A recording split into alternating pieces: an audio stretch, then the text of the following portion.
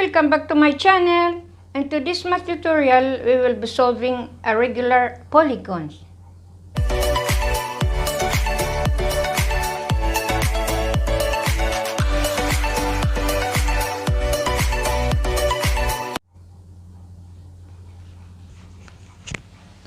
In two regular polygons with the same number of sides, find the length of a side of the smaller if the length of the apothemes are 20 and 50 and a side of the larger has length of 32.5.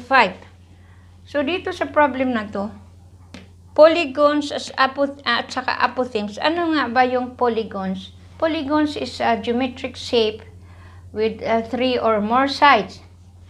And the apothemes, it is a line segment from the center to the midpoint of one of the side of the polygons. Now, dito, kasi given na yung given na yung polygon na hexagon. It's a hexagonal shape with 6 sides. So, here, what is given here is the length of the bigger polygon, which is 32.5, bigger side. So, a bigger polygon, the sides are the same. So, it is 32.5, the side, and the smaller side, which is the one required. And of course, the apothemes also are given, which is for the big one is 50, and for the smaller one is 20. Now, as I've said, the required one is the length of the smaller polygon. Now, because there are similar polygons, we can use ratio and proportion to solve this one kasi isa lang ang unknown dito. So, we can use ratio and proportion, the easiest one. So, SA over HA is equal to SB over HB.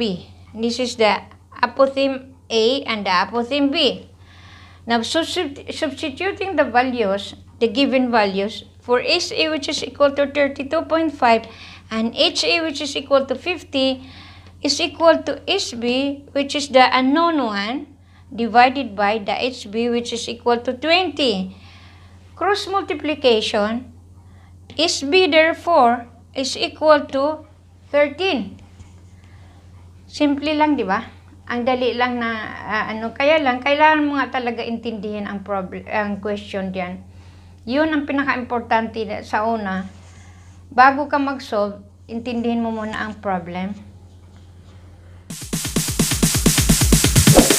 Sorry, it's DJ.